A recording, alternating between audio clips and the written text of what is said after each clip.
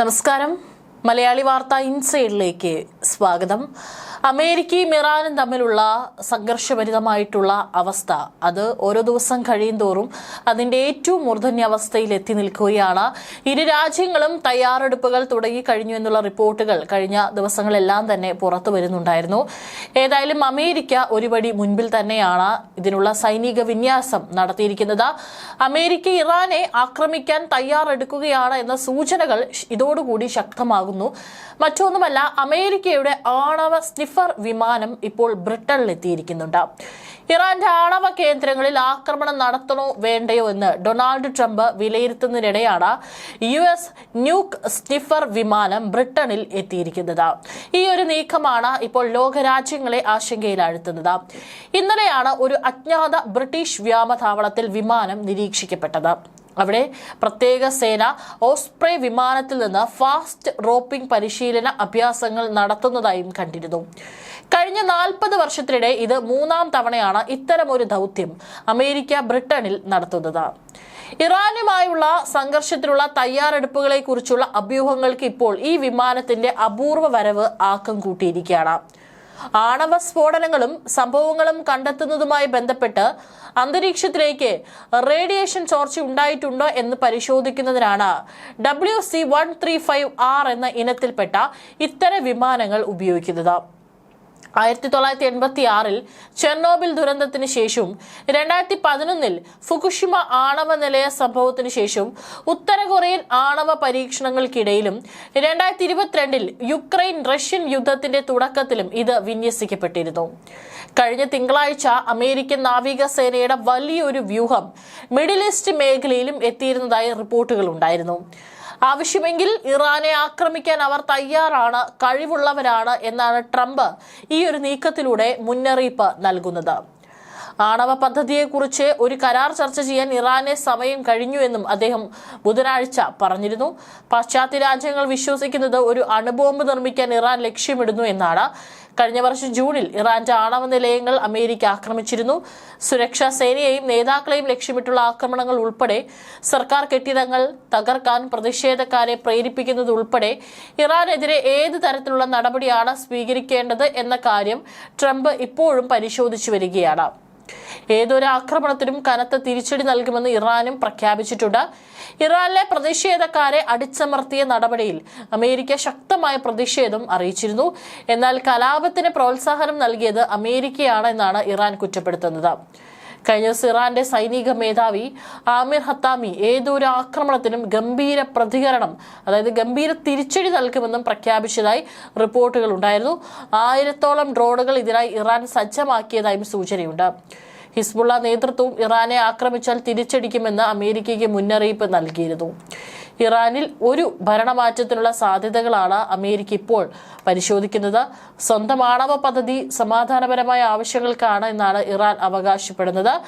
ഇറാന്റെ വിദേശകാര്യമന്ത്രി സെയ്ദ് അബ്ബാസ് അറാഖ്ചി ഇറാന്റെ സൈന്യം തിരിച്ചടിക്കാൻ തയ്യാറാണെന്ന് സമൂഹമാധ്യമമായ എക്സിലൂടെ മുന്നറിയിപ്പും നൽകിയിട്ടുണ്ടായിരുന്നു. ഏതായാലും യുദ്ധസമാനമായ സാഹചര്യം അതാണിപ്പോൾ ഇറാനിലും അമേരിക്ക അതിനുള്ള തയ്യാറെടുപ്പുകൾ ഇപ്പോൾ നടത്തിക്കൊണ്ടിരിക്കുന്നത്. അതേസമയം തന്നെ ഖമേനിയെ സംബന്ധിച്ച്, ഇറാന്റെ പരമോന്നത നേതാവാണ്, അദ്ദേഹത്തെ സംബന്ധിച്ച് അദ്ദേഹത്തിന്റെ കുടുംബ പശ്ചാത്തലത്തെക്കുറിച്ചുള്ള ചില ഞെട്ടിക്കുന്ന റിപ്പോർട്ടുകൾ പുറത്തു വരികയാണ്. നമ്മൾ ചില രാഷ്ട്രീയക്കാരെ കണ്ടിട്ടുണ്ട്, ഇവിടെ തല്ലാനും കുത്താനും സാധാരണക്കാരായിട്ടുള്ള പാർട്ടി പ്രവർത്തകരെ ഉപയോഗിക്കുമ്പോൾ സ്വന്തം മക്കൾ വിദേശത്ത് നല്ല ജോലിയൊക്കെ ആർഭാട ജീവിതം നയിക്കുകയാണ്. അത് തന്നെയാണ് ഇറാന്റെ പരമോന്നത നേതാവ് അയത്തുള്ള അലി ഖമേനിയുടെ കാര്യത്തിലും നടക്കുന്നത്. സ്വന്തം രാജ്യത്ത് ജനങ്ങളുടെ ക്ഷേമത്തിനായി ഒന്നും തന്നെ ചെയ്യാതെ അവരെ അടിച്ചമർത്തി മക്കളെയെല്ലാം വിദേശത്ത് ആർഭാട കൊട്ടാരത്തിൽ കിടത്തിയുറക്കും. ജൻസി പ്രക്ഷോഭത്തിൽ ഇറാൻ കലങ്ങി മറിയുകയും ഇറാനുമേൽ അമേരിക്ക ആക്രമണ കാഹളം മുഴക്കുകയും ചെയ്യുന്നതിനിടെ ഇറാനിയൻ പരമോന്നത നേതാവ് അയത്തുള്ള അലി ഖമേനിയുടെ മകന്റെ വിദേശ സ്വത്ത് വിവരങ്ങളുടെ കൂടുതൽ വിശദാംശങ്ങൾ പുറത്തുവരികയാണ്. ഇപ്പോൾ ഇറാന്റെ പരമോന്നത നേതാവായ അയത്തുള്ള അലി ഖമേനിയുടെ മകൻ മുജ്തബ ഖമേനി വിദേശ രാജ്യങ്ങളിൽ ശതകോടികളുടെ സ്വത്ത് രഹസ്യമായി സമ്പാദിച്ചതായി റിപ്പോർട്ട്. ഉപരോധങ്ങളെ മറികടന്ന് 100 മില്യൺ പൗണ്ടിലധികം വിലമതിക്കുന്ന ബ്രിട്ടീഷ് സ്വത്ത്, ദുബായിലെ ഒരു വില്ല, യൂറോപ്പിലുടനീളമുള്ള ആഡംബര ഹോട്ടലുകൾ എന്നിവ പരമോന്നത നേതാവിന്റെ മകന്റെ രഹസ്യ സമ്പാദ്യങ്ങളിൽ ഉൾപ്പെടുന്നുവെന്നാണ് ബ്ലൂംബർഗ് റിപ്പോർട്ട് ചെയ്യുന്നത്. പേര് വെളിപ്പെടുത്താത്ത ഷെൽ കമ്പനികൾ വഴിയാണ് ഈ നിക്ഷേപങ്ങളെല്ലാം നടത്തിയിരിക്കുന്നത്. ഖമേനിയുടെ മൂത്ത മകനാണ് 56-കാരനായ മുജ്തബ ഖമേനി. അയത്തുള്ള അലി ഖമേനിയുടെ പിൻഗാമിയാകാൻ സാധ്യതയുള്ള ആളായി കണക്കാക്കപ്പെടുന്ന മുജ്തബയ്ക്ക് ലണ്ടൻ, ദുബായ്, ഫ്രാങ്ക്ഫർട്ട് തുടങ്ങിയ വിദേശ നഗരങ്ങളിലാണ് ശതകോടികളുടെ ആസ്തികളും ആഡംബര വസ്തുക്കളും ഉൾപ്പെടുന്ന ഒരു വലിയ സാമ്പത്തിക സാമ്രാജ്യമുള്ളതായി സ്രോതസ്സുകൾ വ്യക്തമാക്കുന്നത്. ഔദ്യോഗിക രേഖകളിൽ മുജ്തബയുടെ പേര് എവിടെയും കാണാനില്ലെങ്കിലും കഴിഞ്ഞ 10 വർഷത്തിലേറെയായി നടന്ന വമ്പൻ ഇടപാടുകൾക്ക് പിന്നിൽ ഇദ്ദേഹമാണെന്നും പാശ്ചാത്യ രഹസ്യാന്വേഷണ ഏജൻസികൾ വിലയിരുത്തുന്നു. പ്രധാനമായും ഇറാനിയൻ എണ്ണ വിൽപ്പനയിൽ നിന്നാണ് മുജ്തബ ഖമേനി പണം സമ്പാദിച്ചത്. സാധാരണക്കാരായ ജനങ്ങൾ പട്ടിണിയിലായിരിക്കെയാണ് രാജ്യത്തെ എണ്ണ വിൽപ്പനയിൽ നിന്നുള്ള വരുമാനം രഹസ്യ സമ്പാദ്യങ്ങൾക്കായി പരമോന്നത നേതാവിന്റെ മകൻ ഉപയോഗിച്ചിരിക്കുന്നത്. ലണ്ടനിലെ ബില്യണയർ റോ എന്നറിയപ്പെടുന്ന ദി ബിഷപ്പ് അവന്യൂവിലെ തെരുവിലെ 100 മില്യൺ പൗണ്ടിലധികം വിലമതിക്കുന്ന ആഡംബര വീടുകൾ, ദുബായിലെ വില്ലകൾ, ഫ്രാങ്ക്ഫർട്ടിലെയും മല്ലോർക്കയിലെയും പഞ്ചനക്ഷത്ര ഹോട്ടലുകൾ എന്നിവയിലും മുജ്തബ വൻതോതിൽ നിക്ഷേപം നടത്തിയിട്ടുണ്ട്. ലണ്ടനിലെ ഏറ്റവും വിസ്തൃതമായ വസതികൾക്ക് പുറമെ ദുബായിലെ ബവേർലി ഹിൽസ് എന്നറിയപ്പെടുന്ന മേഖലയിലെ വില്ലകളും ഫ്രാങ്ക്ഫർട്ടിലെ ഹിൽട്ടൺ ഉൾപ്പെടെയുള്ള ആഡംബര ഹോട്ടലുകളും ഖമേനിയുടെ മകന്റെ നിയന്ത്രണത്തിലാണെന്നാണ് സൂചന. 2014 ലണ്ടനിലെ ഒരു പ്രോപ്പർട്ടി മാത്രം 33.7 മില്യൺ യൂറോയ്ക്ക് വാങ്ങിയതായി ബ്ലൂംബർഗ് പരിശോധിച്ച രേഖകൾ വ്യക്തമാക്കുന്നു. ഈ ആസ്തികളെല്ലാം അലി അൻസാരി എന്ന ഇറാനിയൻ ബിസിനസ്സുകാരനുമായി ബന്ധപ്പെട്ടതാണ്. അഴിമതിക്കാരനായ ബാങ്കർ എന്ന് വിശേഷിപ്പിച്ച് അലി അൻസാരിക്കെതിരെ കഴിഞ്ഞ വർഷം UK ഉപരോധം ഏർപ്പെടുത്തിയിരുന്നു. ഇറാന്റെ വിപ്ലവ ഗാർഡിന് സാമ്പത്തിക സഹായം നൽകുന്നത് അൻസാരിയാണെന്നാണ് ആരോപണം. എന്നാൽ മുജ്തബ ഖമേനിയുമായി തനിക്ക് വ്യക്തിപരമോ സാമ്പത്തികമോ ആയ യാതൊരു ബന്ധവുമില്ലെന്നാണ് അൻസാരി പ്രതികരിച്ചത്. തന്റെ പേരിൽ നേരിട്ട് സ്വത്തുക്കൾ വാങ്ങുന്നതിന് പകരം വിശ്വസ്തരായ ഇടനിലക്കാരെ ഉപയോഗിച്ചാണ് മുജ്തബ സ്വത്തുക്കൾ സമ്പാദിച്ചിരിക്കുന്നത്. ബ്രിട്ടന്റെ ഉപരോധ പട്ടികയിലുള്ള അലി അൻസാരി എന്ന ഇറാനിയൻ വ്യവസായി വഴിയാണ് മുജ്തബ നിക്ഷേപങ്ങൾ നടത്തിയത്. അൻസാരിയുടെ പേരിലോ അദ്ദേഹം നിയന്ത്രിക്കുന്ന കമ്പനികളുടെ പേരിലോ ആണ് മിക്ക നിക്ഷേപങ്ങളും ഉള്ളത്. ഇറാനിലെ ഇസ്ലാമിക് റവല്യൂഷണറി ഗാർഡ് കോർപ്സുമായി മുജ്തബയ്ക്കുള്ള അടുത്ത ബന്ധം സാമ്പത്തിക ഇടപാടുകൾക്ക് വലിയ കരുത്ത് നൽകുന്നുവെന്നും റിപ്പോർട്ടുകൾ സൂചിപ്പിക്കുന്നു. നിക്ഷേപങ്ങൾക്കായുള്ള fund UK, Switzerland, Liechtenstein, UAE എന്നിവിടങ്ങളിലെ ബാങ്കുകൾ വഴിയാണ് നൽകിയത്. ഇറാന്റെ ഔദ്യോഗിക മാധ്യമങ്ങൾ ഖമേനിയെയും കുടുംബത്തെയും അതീവ ലളിതമായി ജീവിച്ചിരിക്കുന്നവരായാണ് ചിത്രീകരിക്കുന്നത്. ഇസ്ലാം മതവിശ്വാസത്തിന്റെയും വിപ്ലവ മൂല്യങ്ങളുടെയും ഭാഗമായി പാവപ്പെട്ടവർക്കൊപ്പം നിൽക്കുന്നവരാണെന്ന പ്രതിച്ഛായയാണ് ഇവർക്കുള്ളത്. എന്നാൽ ഈ പുറത്തു വരുന്ന വാർത്തകൾ ഇറാന്റെ ഔദ്യോഗിക നിലപാടുകൾക്ക് വിരുദ്ധമാണ്. വിദേശത്തുള്ള ഈ ആഡംബര സൗകര്യങ്ങൾ കുടുംബം ഉപയോഗിക്കുന്നതിന് നേരിട്ടുള്ള തെളിവുകളില്ലെങ്കിലും രഹസ്യമായി സൂക്ഷിച്ചിരിക്കുന്ന ഈ വൻ സമ്പത്ത് ഭരണകൂടത്തിന്റെ വിശ്വാസ്യതയെ ചോദ്യം ചെയ്യുന്നു.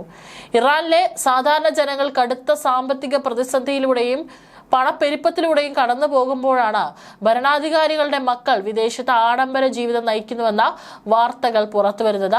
ഇത്തരം രാഷ്ട്രീയ നേതാക്കളുടെ മക്കളെ ഇറാനിലെ ജനങ്ങൾ ആഗാസാധെ എന്നാണ് വിളിക്കുന്നത്. അതായത് രാഷ്ട്രീയ സ്വാധീനം ഉപയോഗിച്ച് പണം സമ്പാദിക്കുന്ന ഉദ്യോഗസ്ഥരുടെ മക്കൾ എന്നാണ് ഈ പദത്തിന്റെ അർത്ഥം.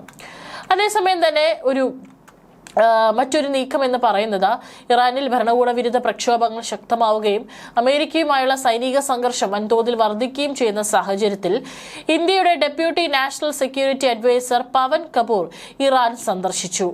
ബുധനാഴ്ച ടെഹ്റാനിലെത്തിയ അദ്ദേഹം ഇറാന്റെ ഉന്നത സുരക്ഷാ ഉദ്യോഗസ്ഥരുമായി നിർണായക ചർച്ചകൾ നടത്തി. Iran supreme national security council secretary Ali Larijani, അന്താരാഷ്ട്ര കാര്യ വിഭാഗം ഡെപ്യൂട്ടി ഡോക്ടർ അലി ബഗേരി കാരി എന്നിവരുമായാണ് പവൻ കപൂർ കൂടിക്കാഴ്ച നടത്തിയത്. മേഖലയിലെ നിലവിലെ അസ്ഥിരമായ സാഹചര്യത്തിൽ ഈ സന്ദർശനമേറെ പ്രാധാന്യം അറിയിക്കുന്നു. ഇറാനിലെ ഇന്ത്യൻ എംബസി ഈ കൂടിക്കാഴ്ചയുടെ വിവരങ്ങൾ സമൂഹമാധ്യമങ്ങളിലൂടെ പങ്കുവച്ചിട്ടുണ്ട്. ട്രംപിന്റെ ഭീഷണി ഇറാനെതിരെ ശക്തമായ സൈനിക നടപടി ഉണ്ടാകുമെന്ന സൂചന നൽകി അമേരിക്കൻ പ്രസിഡന്റ് ഡൊണാൾഡ് ട്രംപ് രംഗത്തെത്തിയതിന് പിന്നാലെയാണ് ഇന്ത്യൻ പ്രതിനിധിയുടെ സന്ദർശനം. ഇറാന്റെ പക്കൽ ആണവായുധങ്ങൾ ഉണ്ടാകരുത് എന്ന് വ്യക്തമാക്കിയ ട്രംപ് ഉടൻ ചർച്ചകൾക്ക് തയ്യാറാകണമെന്ന് ആവശ്യപ്പെട്ടു. അല്ലാത്ത പക്ഷം മുമ്പ് നടന്ന നടന്ന ഓപ്പറേഷൻ മിഡ് നൈറ്റ് ഹാമർ എന്ന സൈനിക നീക്കത്തേക്കാൾ ഭീകരമായ പ്രത്യാഘാതങ്ങൾ നേരിടേണ്ടി വരുമെന്നും അദ്ദേഹം മുന്നറിയിപ്പ് നൽകി. US നാവികസേനയുടെ വലിയൊരു പടക്കപ്പൽ വ്യൂഹം ഇപ്പോൾ ഇറാന്റെ ദിശയിൽ നീങ്ങിക്കൊണ്ടിരിക്കുകയാണ്. സാമ്പത്തിക പ്രതിസന്ധിയെ തുടർന്ന് ടെഹ്റാനിലെ ഗ്രാൻഡ് ബസാറിൽ ആരംഭിച്ച പ്രതിഷേധം ഇപ്പോൾ ഇറാൻ ഭരണകൂടത്തിന് വലിയ വെല്ലുവിളിയായി മാറിയിരിക്കുകയാണ്. ഏതായാലും കുറെ വർഷങ്ങളായി രാജ്യം കണ്ട ഏറ്റവും വലിയ പ്രക്ഷോഭമാണ് ഇപ്പോൾ നടന്നുകൊണ്ടിരിക്കുന്നത്. മനുഷ്യാവകാശ സംഘടനകളുടെ റിപ്പോർട്ട് പ്രകാരം 5000-ലധികം പ്രതിഷേധക്കാരും 200ഓളം സുരക്ഷാ ഉദ്യോഗസ്ഥരും ഈ സംഘർഷങ്ങളിൽ കൊല്ലപ്പെട്ടതായാണ് കണക്ക്. അമേരിക്കയുടെയും ഇസ്രായേലിന്റെയും പിന്തുണ ഭീകരവാദികളാണ് ആക്രമണത്തിന് പിന്നിലെന്നാണ് ഇറാന്റെ ആരോപണം. ഈ ഒരു സാഹചര്യത്തിൽ ഇന്ത്യയുടെ ഉയർന്ന ഉദ്യോഗസ്ഥന്റെ സന്ദർശനം മേഖലയിലെ സമാധാന ശ്രമങ്ങളുടെ ഭാഗമായാണോ അതോ ഇന്ത്യയുടെ തന്ത്രപരമായ താൽപര്യങ്ങൾ സംരക്ഷിക്കാനാണോ എന്ന കാര്യത്തിൽ രാഷ്ട്രീയ വൃത്തങ്ങൾ ഉറ്റുനോക്കുകയാണ്.